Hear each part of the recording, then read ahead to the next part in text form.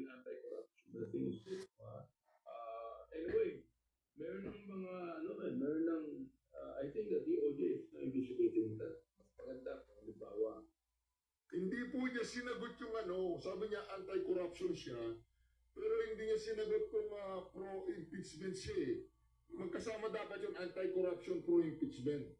Anti-corruption siya, pero hindi siya pro-impeachment. Mga ka-reaction, si Abante po, mga kababayan, nakikita ko ba sa bawat umatras na sa impeachment, at nilaglag po niya si Tamba kasi paparating na si BP Sara Duterte at wala pong magagawa dito si Tamba dahil wala na, tapos na maliligayang araw nila. Right, reaction TVP, it's not babalik po, reaction. Napakaganda po ng pag-uusapan natin ngayong mga ka-reaction. Mantakin po ninyo si Garin at si Abante. Nilaglag yata si Tamba. Para itong binulgar ni Abante na wala ng oras at wala ng pagkakataon o walang pag-asa ang impeachment na pinapangarap ng mga bangag sa Malacanang. Na pinapangarap ng mga korap. Na pinapangarap ng isang malaking buhaya. Sino po yung napakalaking buhaya na si Lolong? Anong pangalan po ni Lolong? Siya ba si Tamba Lolong? Meron na pong bagong pangalan si Tamba Los. Siya po yung pinakamalaking buhaya na ang pangalan niya ay Tamba Lolong. Pero ang reaksyon, ito na. Huwag po tayong makalimot na mag-subscribe mga ka-reaksyon. Ayan po mga ka-reaksyon ng ating silver play button mga ka-reaksyon. Ayan po na kung saan nakasulat po dyan ang pangalan ng ating Pangulong Duterte. Ayan po, reaction to the page. Thank you, President Mayor Duterte, na kung saan na pinapangarap po natin makakuha yung gold plate baron na bibigyan po natin doon sa Davao bago po mag-eleksyon sa May 9 ba o May 15? Hindi po ko sure kung anong May yun. Pero 100% meron pong eleksyon na mangyayari sa May. Anyway mga ka-reaction, ito na. Like, subscribe, and share ang ating video. Share ang ating video. Alright. Umpisahan po natin dito mga ka-reaction ha. Dito pong video na ito mga ka-reaction talagang malupitan po itong video na ito mga ka-reaction po. Almost 24 years ako nagserbisyo. Teka lang. Napatay. Si ano po to? Si Matobato ha? Sagway muna tayo kay Matobato bago natin pag-uusapan si Garin at si Abante at mga ka-reaksyon. Parang gumaganda ang tono po ni Attorney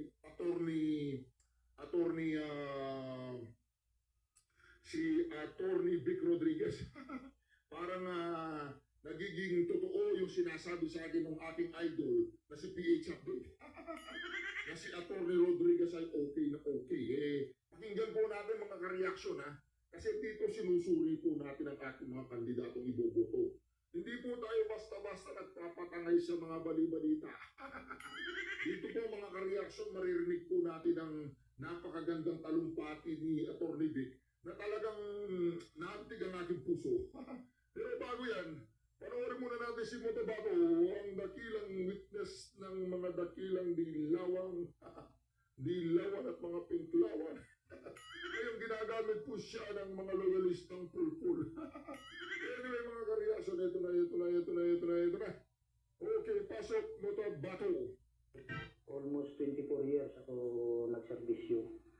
Ang napatay ko sa umpisa, lahat-lahat galing 2013 to 1988. Siguro abot siguro ng 50. Kukonsensya ko. Ang trabaho namin, pumatay ng drug pusher, kidnapper, hold-upper, rapist. Yan ang trabaho ko. Nakapatay ka na ba? Wala pa. Yan po ang witness ni Laila Zapata Lima. Yan po ang witness ni Trililing. Nantakin po si Trililing. Kaya si Matobato, nandun po siya ngayon sa sinasabi na sa New York, sa ICC.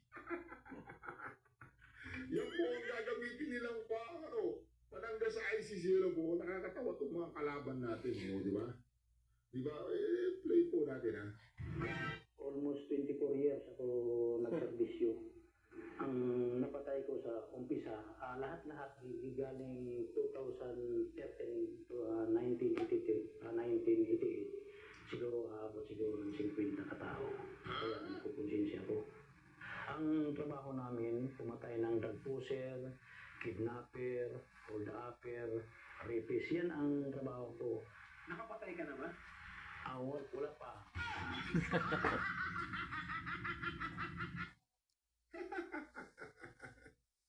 Alam nyo, si Trilling, ano kaya? Anyway, mga karyasol, ito na. Unahin po natin si Kandang Dila. Galing no? Napatay ka na ba? Hindi po okay. Sir, on the impeachment, meron po bang lumapit na sa inyo to ask for your endorsement in case a fourth impeachment complaint will be filed? Wala pa eh. Walang lumapit sa akin kahit sino. In fact, I'm